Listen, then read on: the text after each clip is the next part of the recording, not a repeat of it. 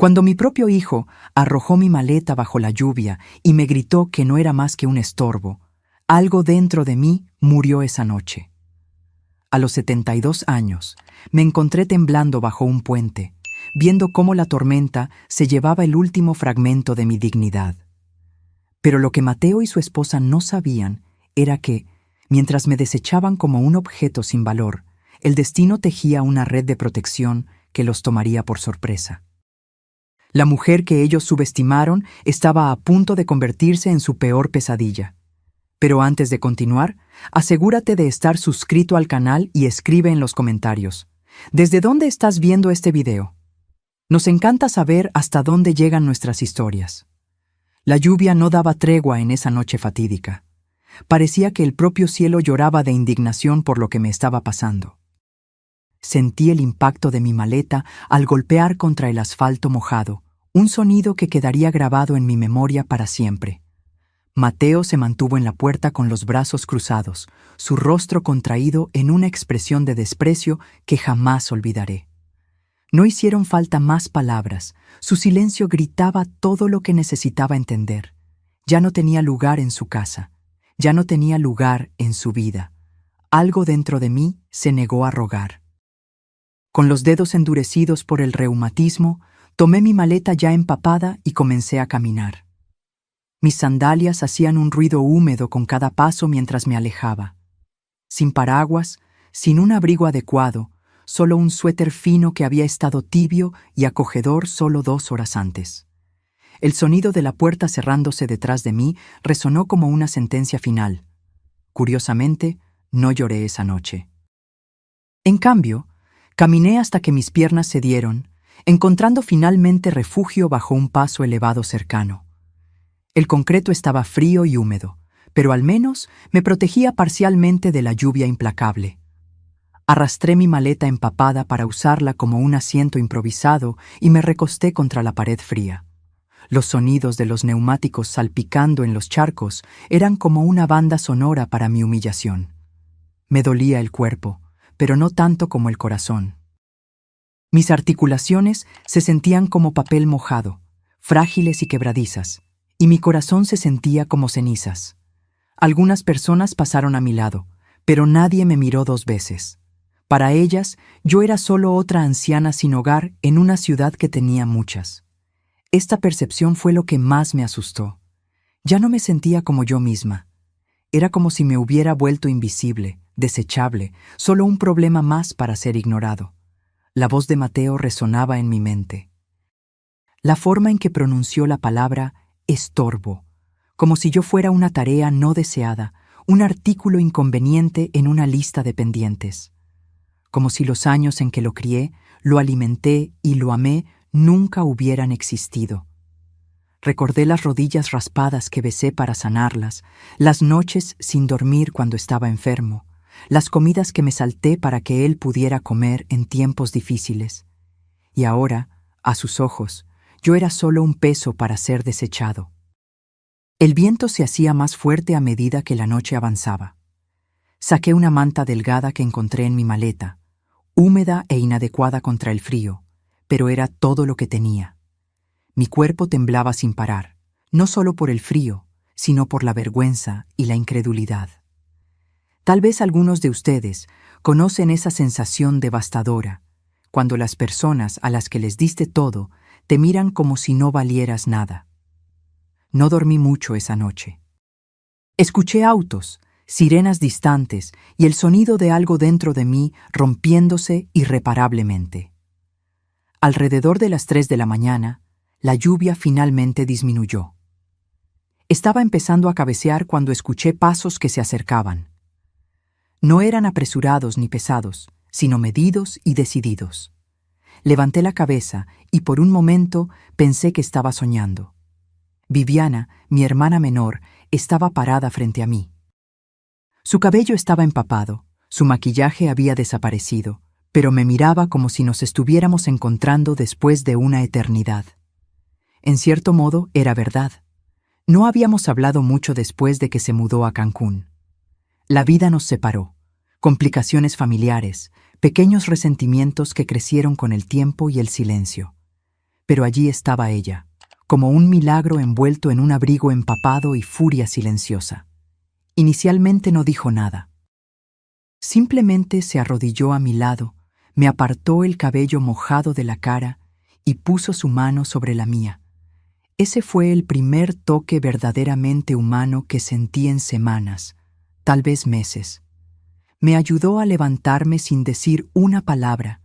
Tomó mi maleta y me condujo a su auto de alquiler como si fuera lo más natural del mundo.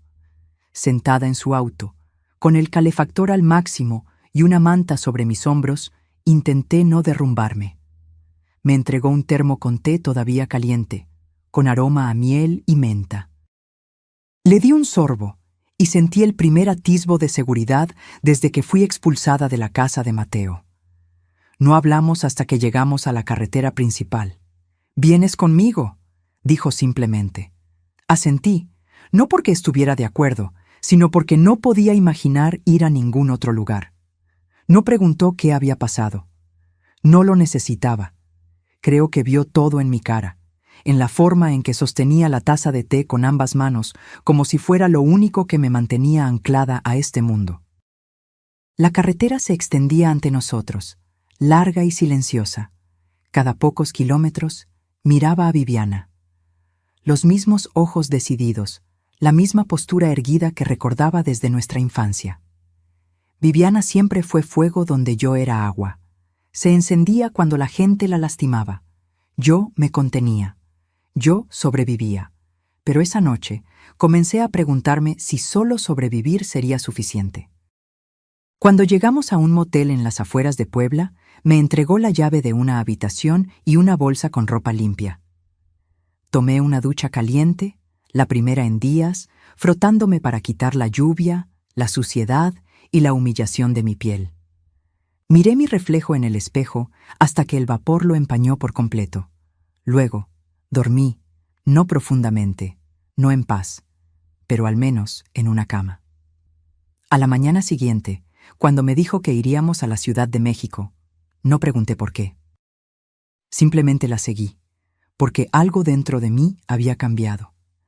No de una vez, no de forma ruidosa, pero lo suficiente como para que pudiera sentirlo. Tal vez tú también lo has sentido. Ese giro silencioso, ese momento en el que te das cuenta, esta vez no lo dejaré pasar. Esta vez no me tragaré mi dolor solo para mantener la paz, no cuando me cuesta todo. Desperté a un techo bajo de hotel y el zumbido constante del aire acondicionado. La cama era muy firme, las sábanas ásperas, pero en comparación con el concreto y la lluvia de la noche anterior, se sentía como un paraíso. Me dolían los músculos, pero mis manos estaban calientes por primera vez en días. Me senté lentamente, envolviendo la manta del motel sobre mis hombros, tratando de orientarme. Viviana ya estaba vestida y empacando sus cosas. Se movía rápido, concentrada, como si hubiera planeado algo durante toda la noche. No preguntó cómo había dormido, ni ofreció conversación trivial. «Tenemos que movernos», fue todo lo que dijo. La seguí hasta el estacionamiento. El cielo estaba azul claro, el aire denso con la humedad típica de la costa mexicana antes del mediodía. Me deslicé en el asiento del pasajero y, tan pronto como las puertas se cerraron, encendió el motor. Sin dudar. 10 minutos después, nos detuvimos en una gasolinera. Dejó el motor encendido y me dijo que esperara. Regresó con un termo de café fresco, un sándwich de desayuno y una carpeta. Me entregó la carpeta primero. Dentro había el anuncio impreso de una propiedad en la Ciudad de México, un condominio de 2 habitaciones, vista al océano, completamente amueblado. El precio hizo que mi estómago se encogiera de la sorpresa. La miré, perpleja. «Este lugar es tuyo», dijo simplemente. «Lo compré esta mañana». No pude decir nada. Mi boca se abrió, pero no salió ninguna palabra. Mis manos sostenían la carpeta como si pudiera desintegrarse en cualquier momento. Viviana mantuvo sus ojos fijos en la carretera. «Ya transferí el dinero. Está a tu nombre. Sin hipoteca, sin trucos». Pasé la página. Había fotos, un balcón con vista al mar, una cocina con encimeras de granito, una habitación de invitados con un escritorio. Parecía el tipo de lugar donde alguien se quedaría 2 semanas en verano, no el tipo de lugar donde una persona como yo viviría permanentemente. En la última página había un recibo bancario, un depósito en una nueva cuenta de ahorros, $5 millones. Levanté la vista, aturdida. «Tus ahorros», explicó Viviana, sin apartar la mirada de la carretera. «Solo tuyos. Los guardé por años. No lo sabías porque no te lo dije. Ahora lo sabes». Me recosté en el asiento, la carpeta pesando en mi regazo, el café olvidado. Mis oídos zumbaban como si alguien hubiera detonado fuegos artificiales dentro de mi pecho. No podía formar un pensamiento completo. Los números estaban allí, en la página, demasiado grandes para ser ignorados, demasiado surrealistas para ser creídos. Volvió a meter el auto en la autopista. No dijimos nada durante un largo tiempo. Observé el paisaje pasar por la ventana. Centros comerciales, palmeras, restaurantes de carretera. Todo parecía normal, pero nada en mí se sentía normal. Algo había cambiado profundamente, y todavía no podía distinguir si era gratitud o vergüenza lo que sentía. Nos adentramos en una carretera más tranquila, estrecha y bordeada de imponentes palmeras. Después de unas cuadras, llegamos a una entrada con un portón cerrado. Viviana tecleó un código y el portón de hierro se abrió lentamente. Un guardia de seguridad nos saludó con un gesto, y ella respondió al gesto con naturalidad. El edificio tenía pocos pisos. Era de color crema con balcones blancos y un techo de tejas azules. Parecía sacado de una postal. Viviana estacionó en un lugar reservado cerca de la entrada, tomó mi maleta del baúl y la llevó adentro sin esperar. El vestíbulo olía a limón y a alfombra nueva. Una mujer en la recepción sonrió y le entregó a Viviana un paquete de bienvenida. Ella me señaló sin decir una palabra. La recepcionista me miró con una amabilidad que me recordó la forma en que las personas miran a los perros callejeros que desearían poder ayudar. Tomamos el ascensor en silencio. En el tercer piso, Viviana abrió la puerta del apartamento 3C y la abrió. Era más luminoso de lo que esperaba. Las paredes eran de un beige suave, el sofá gris claro. La luz entraba abundantemente a través de las puertas de vidrio corredizas que daban al balcón. Caminé hacia la barandilla y miré hacia afuera. El océano se extendía hasta el horizonte, fusionándose con el cielo. Podía oírlo, constante, poderoso, vivo. Detrás de mí, Viviana dejó la maleta en el suelo y se limpió las manos. «Aquí es donde vives ahora», dijo. «Me quedaré en el apartamento de enfrente por un tiempo, así que no se te ocurra desaparecer». Me di la vuelta, con las manos aún en la barandilla del balcón. Quería agradecer, pero las palabras parecían insignificantes ante todo aquello. En cambio, simplemente asentí lentamente. Viviana se acercó, su expresión seria. «Sé lo que él hizo, sé lo que ellos hicieron. No necesitas hablar de ellos si no quieres, pero no vas a dejar que te quiten nada más, nunca más». Me miró directamente a los ojos. Su tono era firme, no sentimental. «Este lugar es tuyo, el dinero es tuyo, y ya contacté a Graciela».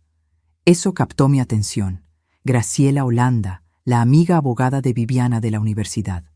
Inteligente, implacable, meticulosa. No la había visto en años. «Graciela está redactando los documentos ahora. Bloqueos financieros, protecciones legales. Lo que no quieras que se exponga quedará sellado, y lo que intenten tomar estará 2 pasos por delante». Solté un suspiro lento. Mis dedos apretaron el borde del balcón. La voz de Viviana se suavizó ligeramente. «No eres una invitada aquí. No eres dependiente. Eres la dueña. Y necesito que comiences a actuar como tal». Me quedé en el balcón por mucho tiempo después de que ella se fue. El océano no dejaba de moverse, tampoco los pensamientos en mi cabeza.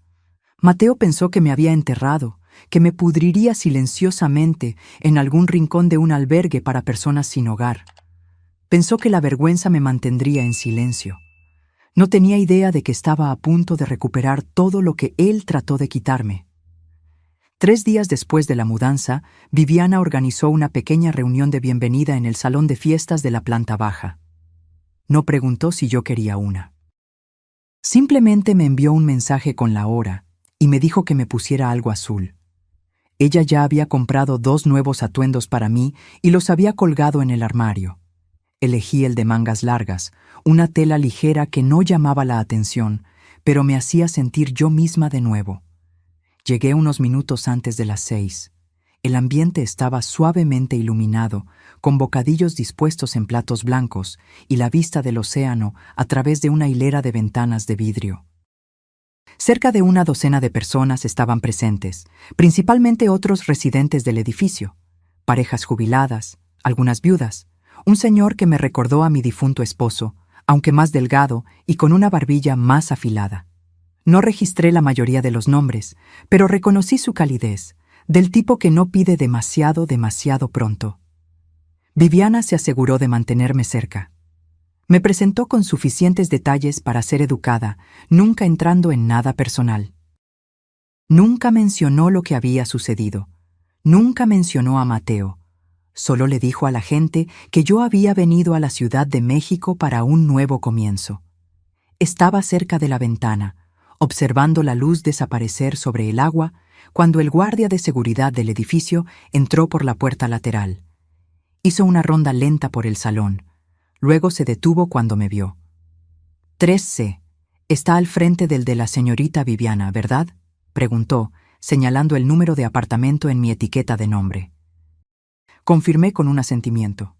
Ella es inteligente, no se le escapa un detalle. Tienes a una buena persona cuidándote. Bajó la voz. Quizás quieras estar atenta al movimiento en el pasillo. Tuvimos un reporte de alguien merodeando las cajas de correo tarde anoche. Sentí un nudo en el pecho, pero le agradecí por la advertencia. Viviana levantó su copa e hizo un brindis corto, diciendo solo que estaba feliz de que yo estuviera allí y que las segundas oportunidades merecían ser celebradas. La gente aplaudió y todo se sintió normal, hasta que noté que, al terminar su discurso, sus ojos se volvieron hacia la puerta que acababa de abrirse. Me di la vuelta y los vi, Mateo y Marisa. Él llevaba una camisa de vestir que rara vez se ponía, pero que esta vez estaba impecable. Marisa estaba en beige y dorado, con su cabello rizado suelto, sus tacones haciendo un suave clic mientras entraban en la sala. Sonrieron como si pertenecieran a ese lugar. Mi estómago se contrajo en un nudo. Viviana caminó directamente hacia ellos. No escuché lo que dijo, pero su lenguaje corporal dejó claro que no eran bienvenidos. No levantó la voz, no armó un escándalo, pero bloqueó su camino como una muralla infranqueable. Mateo miró por encima de su hombro hacia mí y sonrió como si nada hubiera pasado, como si la última vez que me vio no hubiera sido bajo la lluvia, gritando mientras yo me aferraba a mi dignidad como una llama moribunda. No dije nada. Mi mano se agarró al borde de la mesa de refrescos con tanta fuerza que mis nudillos se pusieron blancos. Viviana hizo una señal discreta y un empleado se acercó. La conversación fue breve. Mateo y Marisa mantuvieron su posición por unos segundos más, luego se dieron la vuelta y se fueron. Marisa ni siquiera miró hacia atrás. La sala lentamente volvió a la normalidad, como si nada hubiera sucedido. La gente notó la interrupción, pero nadie hizo preguntas. Lo agradecí en silencio. Viviana regresó a mi lado, tomó una fruta de la bandeja y dijo con calma: «Te dije que vendrían». Asentí. Me había advertido esa mañana que había visto un comentario de un amigo de Marisa en línea, algo demasiado específico para ser una coincidencia. Viviana ya estaba 3 pasos por delante, como siempre. Una vez que la reunión terminó, me acompañó de regreso al piso de arriba. Nos dimos las buenas noches en el pasillo y entré en mi apartamento. Me senté en el borde del sofá y esperé. No por algo específico, solo esperé, como un animal que presiente el peligro.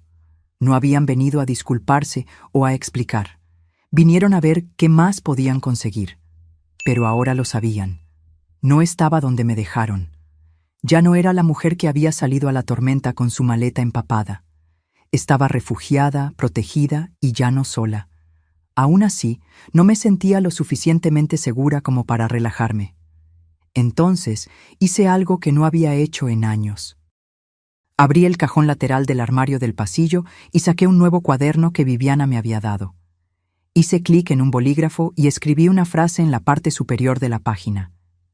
Lo que me quitaron, lo devolverán. Dibujé una línea debajo y escribí 3 palabras: casa, nombre, poder. La fiesta había terminado. El telón estaba levantado y habían entrado al escenario pensando que aún controlaban la historia. Pero yo tenía el bolígrafo ahora y yo escribiría el resto. Viviana no perdió el tiempo. 2 días después de la fiesta, llamó a mi puerta a las 10 en punto, llevando una pila de sobres en una mano y su tablet en la otra.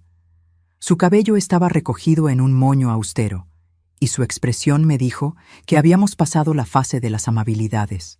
Desparramó todo sobre la encimera de la cocina y abrió la carpeta de arriba. Van a intentarlo de nuevo, dijo. Pero esta vez no será a través del encanto, será legalmente. La observé colocar las páginas una por una. Cartas, correos electrónicos, capturas de pantalla, rastros digitales dejados por la actividad reciente de Mateo y Marisa.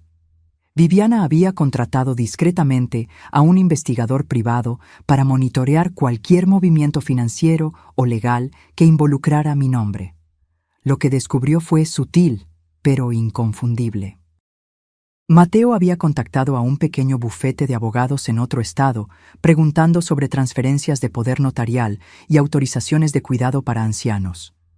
Marisa estaba intercambiando mensajes con alguien sobre la contratación de un notario para documentación a domicilio. Viviana golpeó uno de los documentos con el dedo índice. Van a hacerlo parecer oficial, entregado en mano, personal.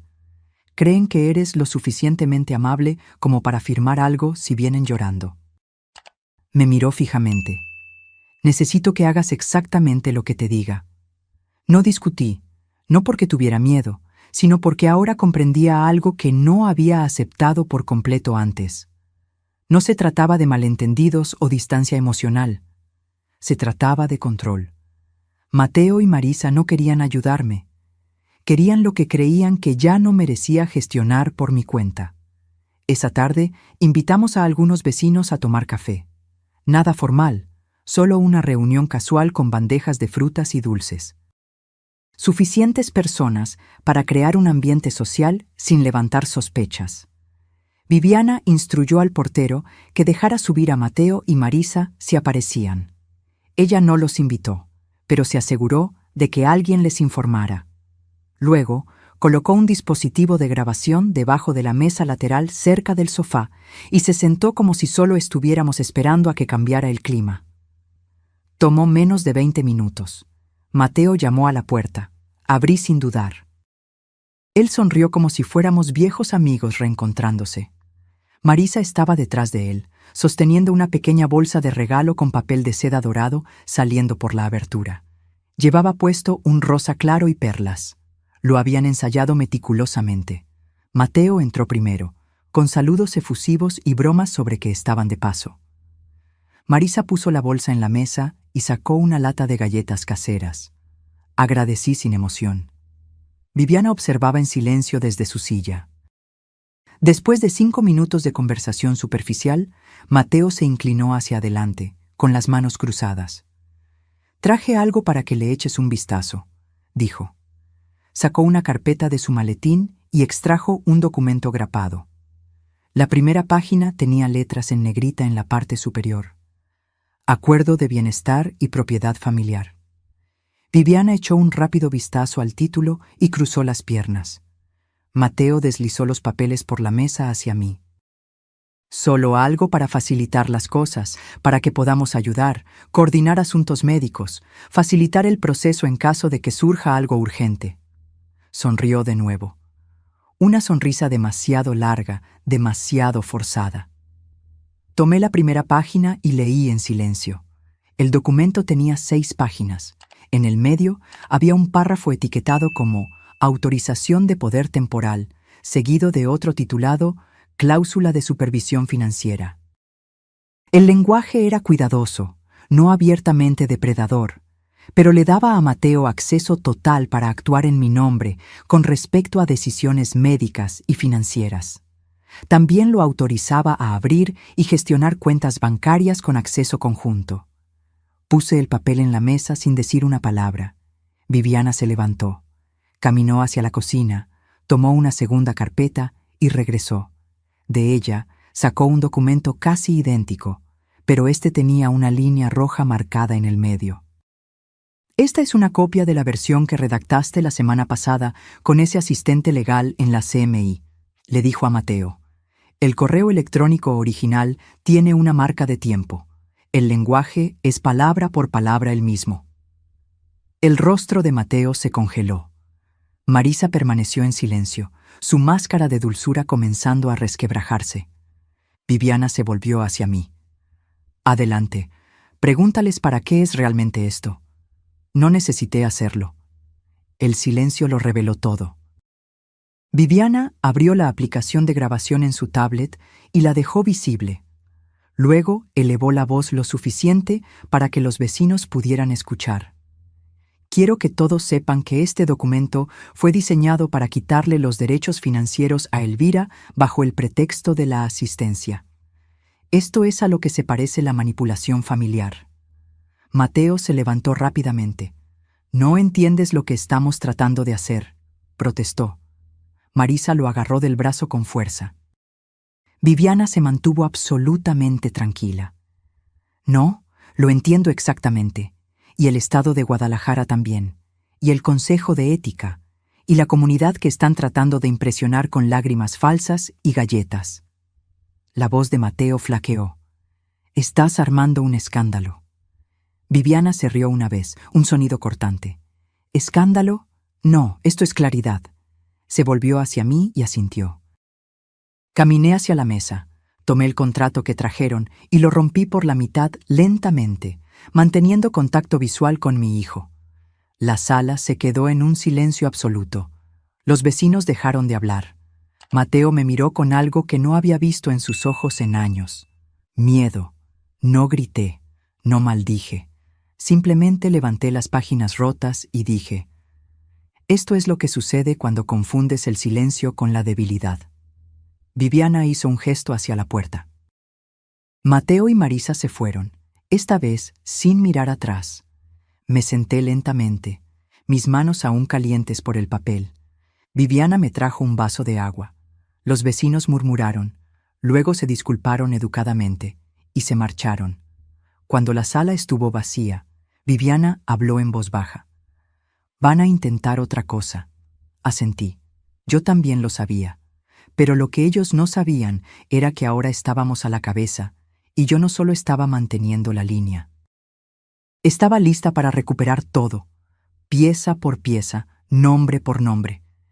Y esta vez nunca verían lo que se avecinaba. 3 mañanas después de que rompí su contrato por la mitad, abrí la puerta principal y encontré una orquídea blanca en el felpudo. Sin tarjeta, sin nota, solo la planta, delicada y perfecta, como una disculpa silenciosa que no tuvo el coraje de llamar. Me quedé allí por un largo tiempo, sin tocarla. El aire estaba caliente, el pasillo tranquilo. Del otro lado, la puerta de Viviana se abrió. Salió sosteniendo una taza de café en una mano y el teléfono en la otra. Vio la orquídea y se detuvo.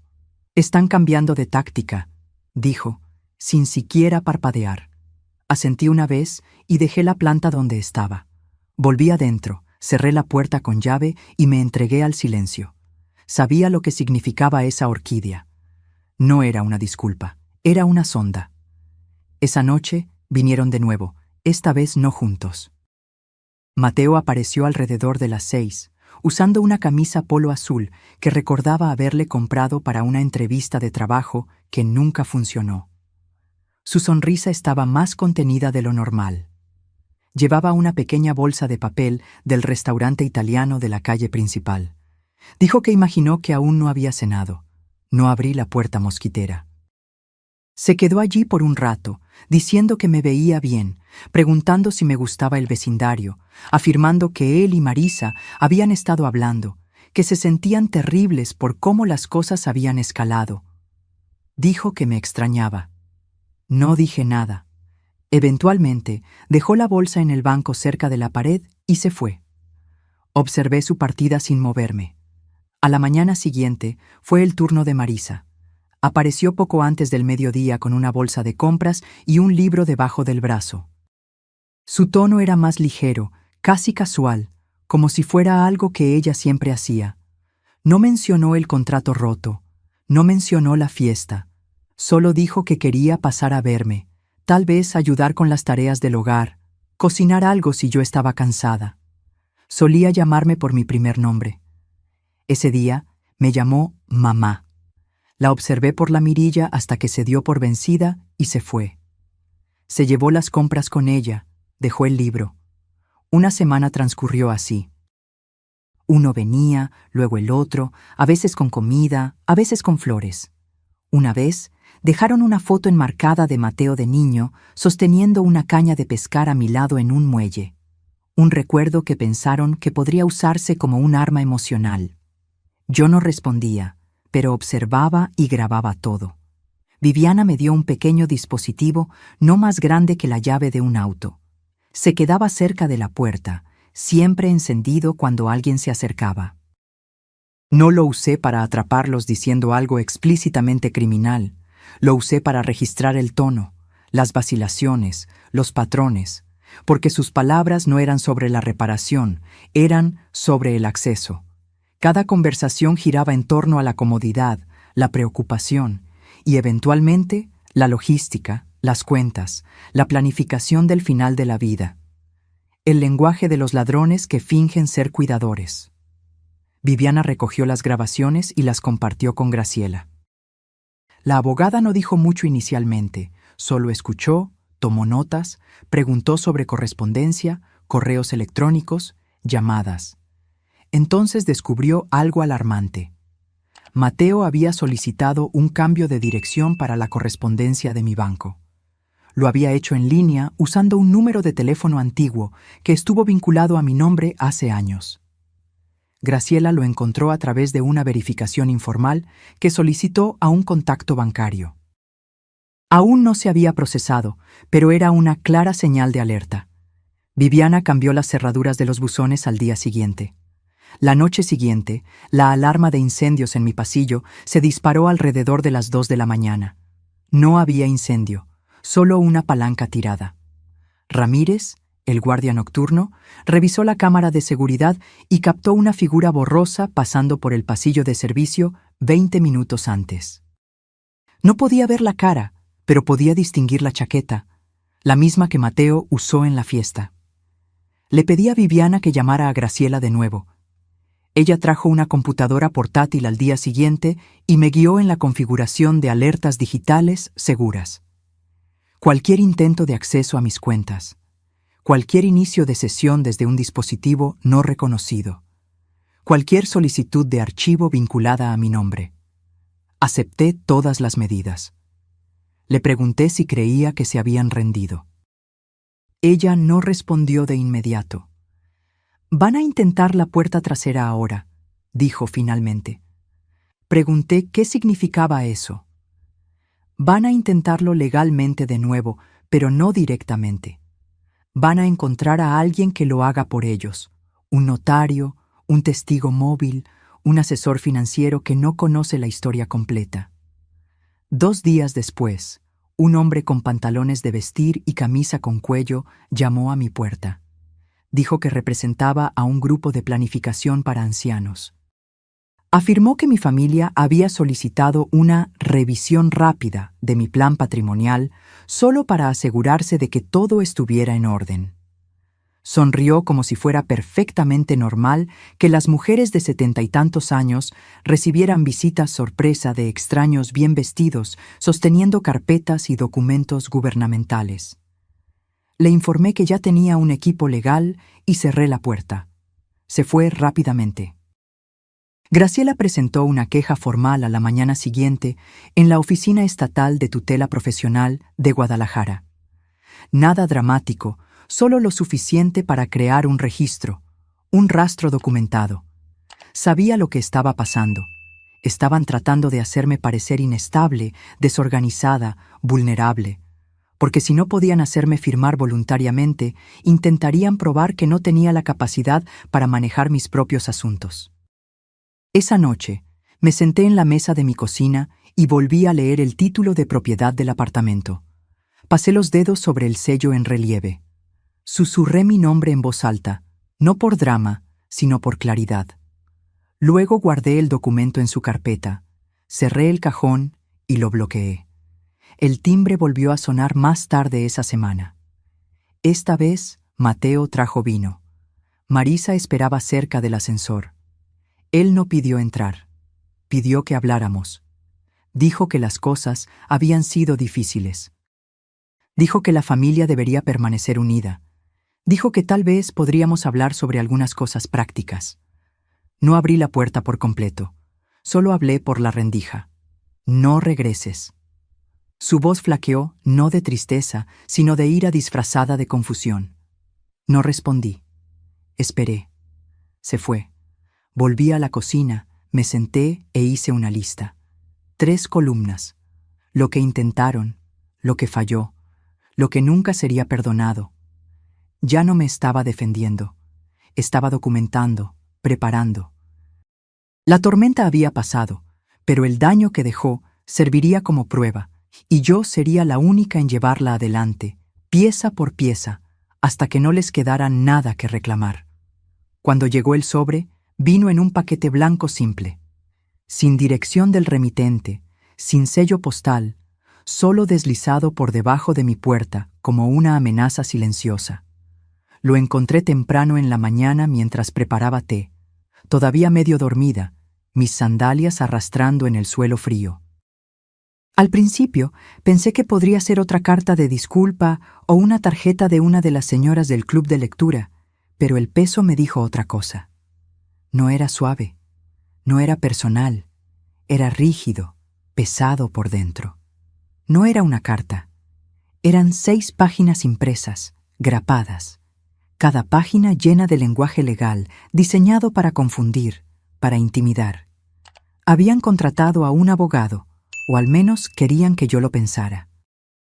La carta alegaba que, por razones de salud y seguridad, Mateo y Marisa estaban presentando una solicitud de revisión de tutela. Afirmaban tener evidencia de deterioro mental y que estaban preocupados por mi bienestar. Decían que mis recientes decisiones financieras habían sido erráticas y que podrían representar un peligro para mí y para otros. Me senté lentamente, volviendo a leer esa línea 3 veces. Decía que mis decisiones eran erráticas. Yo. La mujer que administró el presupuesto de una clínica de emergencia durante más de una década.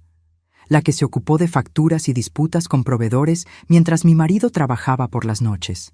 La que estiró 2 jubilaciones modestas durante una grave crisis de mercado. Y me llamaban inestable. No lloré. Me reí. Luego tomé el teléfono y llamé a Viviana. Al mediodía, Graciela estaba en mi puerta con una copia de la misma carta que también había sido enviada al bufete de Viviana. Intentaron enviarla allí también, probablemente esperando que ella entrara en pánico o me presionara para ceder. No comprendían quién era realmente Viviana. Graciela puso su computadora portátil en el mostrador y abrió un documento titulado Paquete de respuesta protectiva. El proceso ya estaba en marcha. Ella solo estaba insertando los elementos finales: transcripciones, fotografías, la grabación de audio de la visita de Mateo, copias de los cheques que me enviaron semanas antes con pequeñas anotaciones en las líneas de memo que decían cosas como «solo en caso de que necesites ayuda para decidir». Graciela leyó la carta con una calma estudiada, señalando frases claramente tomadas de plantillas legales en línea. Algunas de las afirmaciones ni siquiera se alineaban con la Ley Real de Jalisco. Carecían de detalles, la terminología estaba mal utilizada. Quieren asustarte, dijo Graciela. Esto no se trata de tu salud, se trata de control. Asentí. Todavía no necesitábamos presentar nada oficialmente, pero Graciela contactó a una amiga en la oficina del tribunal para registrar preventivamente todos los materiales.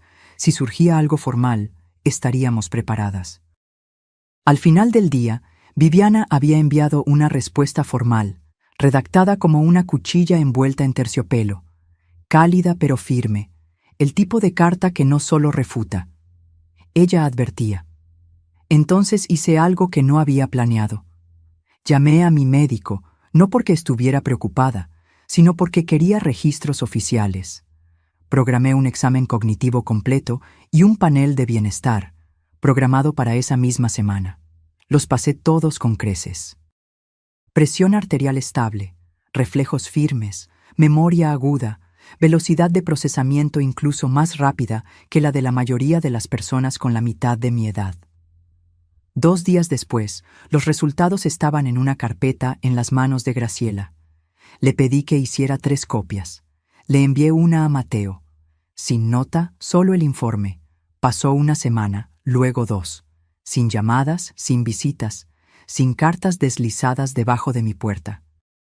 Por un momento, pensé que tal vez habían retrocedido, pero ese fue mi error, porque mientras yo saboreaba el silencio, ellos estaban ocupados en otro lugar. Viviana recibió la alerta primero. Había configurado un sistema de monitoreo a través de la oficina del registro de la propiedad. Cada vez que se registraba un gravamen, una investigación o una disputa con mi nombre o dirección, ella sería notificada. Así fue como descubrimos que habían enviado una solicitud al banco que mantenía mi cuenta de ahorros. Estaban tratando de registrarse como cobeneficiarios. No era un movimiento legal, era un intento desesperado. Marisa había llamado fingiendo ser yo, alegando que había olvidado su acceso en línea y pidiendo actualizar a los beneficiarios por teléfono. El empleado señaló inmediatamente el intento como sospechoso. Mi edad y mi patrón de voz no coincidían. El banco congeló la solicitud y la registró como un incidente, pero el hecho de que lo hubieran intentado demostraba hasta dónde estaban dispuestos a llegar. Ya ni siquiera les importaba lo desesperados que parecían. Miré el informe del banco durante un largo tiempo esa noche. No con ira, solo con una quietud contemplativa. Esto ya no se trataba de dinero. Se trataba de borrarme. Querían mi libertad, mi dignidad, mi nombre en el papel con tinta junto al de ellos. La prueba de que tenían poder, de que yo los necesitaba. Viviana y Graciela se encargaron de que todas las cuentas fueran legalmente blindadas con supervisión de terceros. Sin nuevos nombres, sin beneficiarios no autorizados. Todo sería transferido a una fundación si algo me pasaba, una que ya había creado discretamente meses antes. No se trataba de venganza, se trataba de asegurar que nadie pudiera controlarme de nuevo. Más tarde esa semana, Graciela me entregó otro sobre, más grueso que el anterior. Dentro había 2 declaraciones juradas, una de mi antiguo casero y otra de un vecino. Testigos de las noches en que Mateo y Marisa me dejaron afuera se negaron a abrir la puerta. Les dijeron a los niños que estaba siendo dramática. También había una declaración autenticada de la enfermera de la comunidad que vio mis hematomas cuando me caí. Ella confirmó que nadie de mi familia apareció para recogerme en la clínica de urgencias. Ellos querían construir un caso en mi contra. Yo ya estaba construyendo una muralla a mi alrededor, ladrillo a ladrillo, documento a documento, verdad por verdad, y cada página era más contundente que la anterior. Había una frase en el resumen de Graciela que se quedó conmigo. Los atacantes con motivos superficiales subestiman el poder de una larga memoria. Ella tenía razón. Yo lo recordaba todo. Y ahora el tribunal también. La ley también. Y pronto ellos también lo recordarían. La invitación vino de Mateo. Un mensaje de texto simple, corto y educado. Me preguntó si estaría dispuesta a venir a cenar a su casa el próximo domingo. Dijo que los niños me extrañaban. Dijo que les gustaría empezar de nuevo. Terminó el mensaje con una línea esperanzadora sobre la familia y el perdón. Miré esas palabras durante un largo tiempo, dejándolas que se asentaran. Yo sabía lo que era. Había visto el patrón formándose. Viviana lo había visto. Graciela lo había predicho casi exactamente. Intentaron la presión legal. Eso falló. El falso intento de tutela no prosperó. El truco del beneficiario fue descubierto y bloqueado, y ahora venía la ofensiva de Encanto. Aún así, acepté. Le dije que estaría allí a las 6. El domingo me puse un vestido azul marino discreto, con cuello alto y mangas largas. Me recogí el cabello y usé mi reloj de oro, el que Carlos me dio en nuestro 25º aniversario. No llevé nada más que un sobre delgado en mi bolso y mi expresión más serena. La casa no había cambiado. Revestimiento blanco, nuevo techo, una guirnalda en la puerta, como si esos detalles pudieran ocultar la amargura impregnada en las paredes. Marisa me recibió con una sonrisa tensa. Sus ojos examinaron mi atuendo, tratando de interpretarlo como una señal. Se apartó, permitiendo mi entrada con una mano en mi espalda, firme y controladora. La mesa del comedor estaba puesta para 7 personas. Mateo ocupaba la cabecera. Los niños estaban arreglados, sus camisas demasiado formales para un domingo, sus ojos alternando entre mí y sus padres. Nos sentamos, comimos, la comida estaba buena, un poco demasiado perfecta. Hablaron de las calificaciones de los niños, de cómo Mateo estaba considerando un cambio de trabajo. Marisa elogió el plato que había preparado 2 veces, en un tono que imploraba aprobación. Asentí educadamente. Respondí cuando me preguntaron. No mencioné nada de los últimos meses, y ellos tampoco, al menos no directamente. A la mitad del postre, Mateo se reclinó en la silla y soltó un suspiro cuidadosamente ensayado. He estado pensando mucho últimamente en cómo las cosas se complicaron, y sé que todos cometimos errores, pero odio la distancia entre nosotros. Marisa extendió la mano para tomarla de él. Y con los niños creciendo, agregó, simplemente no queremos arrepentimientos. Queremos que sepan cómo se comporta una verdadera familia. Asentí. Aprecio eso, respondí. Realmente lo aprecio. Sonrieron, y entonces Mateo, finalmente, llegó al punto. Me preguntaba, mamá, si en algún momento podríamos hablar sobre cómo seguir adelante, tal vez revisar algunas de las decisiones que se tomaron cuando las cosas estaban tensas, especialmente en lo que respecta a los asuntos patrimoniales. Ahí estaba, el guante de terciopelo retirado, revelando la mano que siempre había estado debajo. Dejé que el silencio se prolongara el tiempo suficiente. Luego tomé mi bolso y saqué el sobre. Claro, dije con calma, pero creo que es mejor que todos seamos perfectamente claros. Así que preparé algo. Deslicé el sobre por la mesa. Los dedos de Marisa se contrajeron antes de que pudiera controlar el movimiento. Mateo abrió el sobre. Dentro había un anexo legalmente autenticado. Delineaba el establecimiento permanente de la Fundación Elvira Ruiz, la organización sin fines de lucro que había formado oficialmente. Confirmaba que la casa donde ahora vivía, las cuentas bancarias, el fondo fiduciario, todo estaba legal e irrevocablemente vinculado a la fundación. Enumeraba a los beneficiarios: un programa de becas para madres solteras mayores de 60 años, un fondo de asistencia para víctimas de abuso de ancianos y un programa de asistencia médica comunitaria en nombre de Carlos. El rostro de Mateo se endureció. La sonrisa de Marisa se resquebrajó por los bordes. Miren, expliqué suavemente, yo también lo he pensado mucho, y me di cuenta de que no quiero pasar el resto de mi vida preocupada por quién se merece qué, o quién piensa que se ganó una parte de algo que nunca ayudó a construir. Mateo tragó saliva.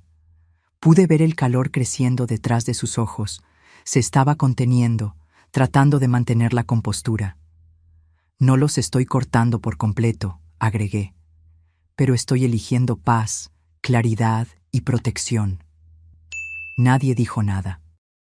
Los niños permanecieron inmóviles, confundidos, demasiado jóvenes para entender las corrientes subterráneas, pero lo suficientemente mayores para sentir la tensión que se instaló densamente en el aire. Me levanté lentamente. La cena estuvo deliciosa. Gracias. Marisa comenzó a hablar, pero las palabras tropezaron. Trató de sonreír de nuevo, pero se rindió a la mitad del camino. En la puerta principal, Mateo me siguió. ¿Esto es todo?, preguntó en voz baja. Seguí caminando. Mamá, dijo de nuevo, un poco más alto, un poco más cortante. Estábamos tratando de arreglar las cosas. Me di la vuelta finalmente. No, respondí con calma. Ustedes hicieron esto. Sus hombros cayeron como si, por primera vez, se diera cuenta de que no podía transferirme la culpa. No pensé que llegaría tan lejos, murmuró. Asentí. Esa es la cuestión con los límites. Una vez que los cruzas, no eres tú quien decide dónde terminan. Parecía querer decir más, pero cerró la boca. Viviana se acercó a mi lado. Deberíamos volver adentro. Y volvimos. Cuando el juez regresó, no dudó. Moción concedida. Los documentos falsificados fueron declarados nulos. El estatuto de la fundación fue protegido. Una recomendación formal fue enviada a la oficina del fiscal de distrito para una investigación más a fondo. Y con eso terminó, al menos a los ojos de la corte. Pero para mí era algo más profundo. Me había posicionado frente a un sistema que históricamente ignoró a mujeres como yo, descartó nuestras voces, asumió que éramos demasiado frágiles o confusas o demasiado emocionales, y yo había sido escuchada. No gané porque grité más fuerte. Gané porque me negué a apartar la mirada. Gané porque mantuve mis registros, dije la verdad y confié en el silencio para hacer su trabajo. Esa noche me senté en el balcón con Viviana y Graciela. Compartimos tarta de durazno y dejamos que la brisa marina entrara. No dijimos mucho. No lo necesitábamos. La verdad había hablado por nosotros, y por primera vez fue suficiente. 3 semanas después del veredicto, subí al pequeño escenario en el nuevo centro comunitario, sosteniendo un micrófono con manos que ya no temblaban. Delante de mí había casi 100 rostros. A algunos los conocía bien. A algunos los había ayudado a atravesar inviernos difíciles, divorcios prolongados o cumpleaños solitarios. A algunos nunca los había conocido, pero estaban allí porque la fundación los había alcanzado de alguna manera. Eso era suficiente. El espacio no era elegante. Sillas plegables, termos de café en mesas de plástico, algunos viejos ventiladores de techo zumbando arriba. Pero las paredes estaban recién pintadas y decoradas con fotos de nuestros programas. Mujeres aprendiendo oficios, voluntarios de cuidado a personas mayores abrazando a pacientes, niños riendo junto a cajas de donación cuidadosamente empacadas. No preparé un discurso formal. No quería montar un espectáculo. Solo dije la verdad. Esta organización nunca se trató de dinero. Comencé lentamente, haciendo una pausa para afirmar mi respiración. Se trataba de no ser borrada, de demostrar que la segunda mitad de la vida puede ser tan poderosa como la primera, tal vez incluso más. Aplaudieron, pero no dejé que el momento se prolongara. Le entregué el micrófono a Liana y salí del escenario. Ella representaba el futuro ahora. Su voz, su liderazgo, su energía. Yo había construido los cimientos. Ellos levantarían el resto. Después del evento, la gente se quedó. Algunos lloraron. Algunos me abrazaron. Una mujer me entregó una nota que simplemente decía: «Gracias a ti, tuve el coraje de pedir la custodia de mi nieto». Guardé la nota en el bolsillo de mi abrigo y salí discretamente por la puerta trasera. Esa tarde, planté 3 nuevos manzanos en el borde de mi jardín. No sé si viviré para verlos dar fruto, pero plantar algo que tal vez nunca coseches es un acto de fe. No en ti misma, sino en el mundo que vendrá después de ti. Si alguna vez te has sentido desechada, invisibilizada o subestimada solo por tu edad, tu silencio o tu amabilidad, ten esto en cuenta. todavía tienes el poder de trazar límites, de reclamar tu espacio, de plantar algo nuevo. Incluso cuando el mundo intenta convencerte de que tu tiempo ya ha pasado. Mateo nunca volvió a contactarme. Durante mucho tiempo, imaginé alguna gran disculpa, una llamada emotiva, una carta llena de arrepentimiento, pero nunca llegó. En cambio, recibí un paquete de su abogado. Dentro había un término de acuerdo firmado, renunciando a cualquier reclamo restante sobre la fundación o las propiedades que aún estaban a mi nombre. Sin nota, sin explicación. Él había elegido el silencio en lugar de la redención. Lo acepté, no porque lo perdoné, sino porque ya no necesitaba nada de él. El capítulo de él en mi vida había terminado hace mucho tiempo. Simplemente no se había dado cuenta hasta que la puerta se cerró detrás de él. A la mañana siguiente, doné sus últimas pertenencias de la infancia a la tienda de segunda mano del refugio local. No por ira, solo por claridad. Algunas cosas no necesitan ser guardadas, necesitan ser liberadas. En los días siguientes, comencé a caminar todas las mañanas, 5 kilómetros al amanecer, a veces sola, a veces con vecinos que se unían a mí en un silencio respetuoso. Nunca hablábamos de lo que había sucedido. No lo necesitábamos. Habían seguido la historia desarrollándose en los periódicos, en la televisión, a través de comentarios susurrados en los pasillos del supermercado. Pero caminar a mi lado era una forma de respeto no declarado, y eso valía más que cualquier disculpa formal. Una mañana, en el sendero detrás del huerto, vi a una joven sentada en un banco con su hijo pequeño. Se veía exhausta, como si el mundo hubiera pesado sobre sus hombros durante demasiado tiempo. Cuando pasé, ella me llamó. «Eres Elvira, ¿verdad? ¿La mujer que luchó contra la familia?» Sonreí suavemente. «Soy Elvira, pero no luché. Solo me negué a desaparecer». Sus ojos se llenaron de lágrimas. «Gracias», susurró. Eso fue todo. No se necesitaron más palabras. Esa tarde planté 3 nuevos manzanos en el borde de mi jardín. No sé si viviré para verlos dar fruto, pero plantar algo que tal vez nunca coseches es un acto de fe. No en ti misma, sino en el mundo que vendrá después de ti. Graciela nos visitó de nuevo ese fin de semana.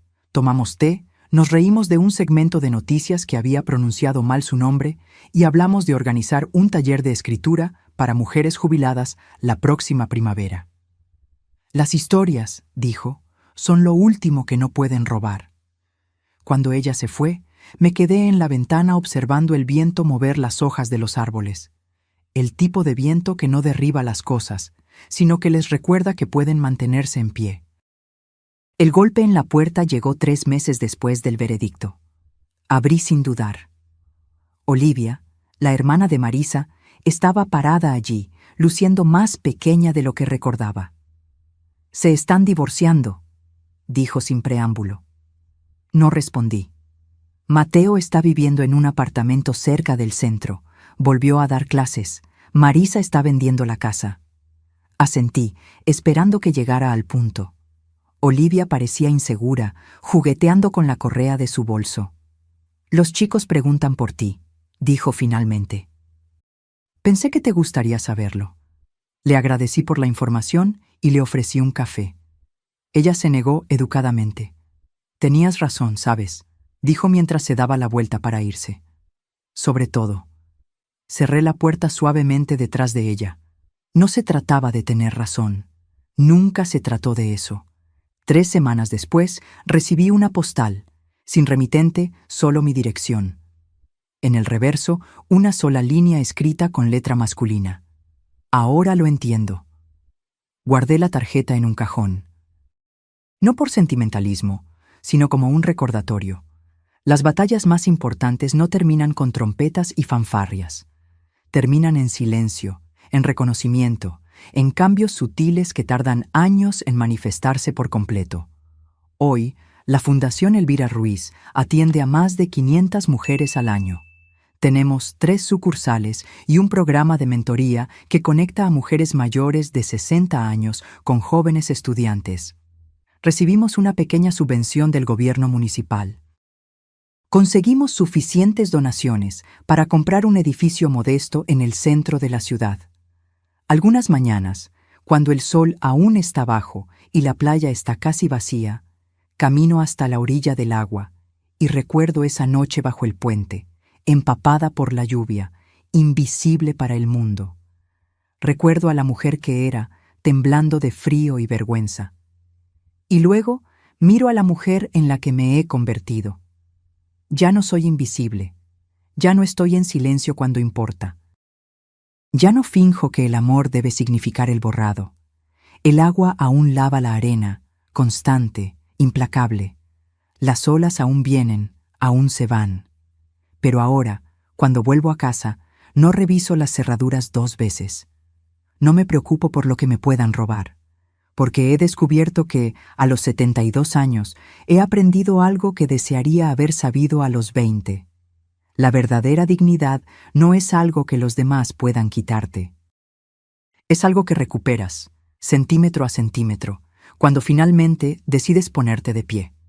Si mi historia tocó alguna parte de tu corazón hoy, recuerda, no estás acabada, no eres invisible, todavía estás escribiendo tu historia, y tal vez, solo tal vez, esté a punto de comenzar. Ahora, si te gustó esta historia, haz clic en este próximo video que está apareciendo en la pantalla porque en él hay una historia de traición y giro como nunca antes habías visto.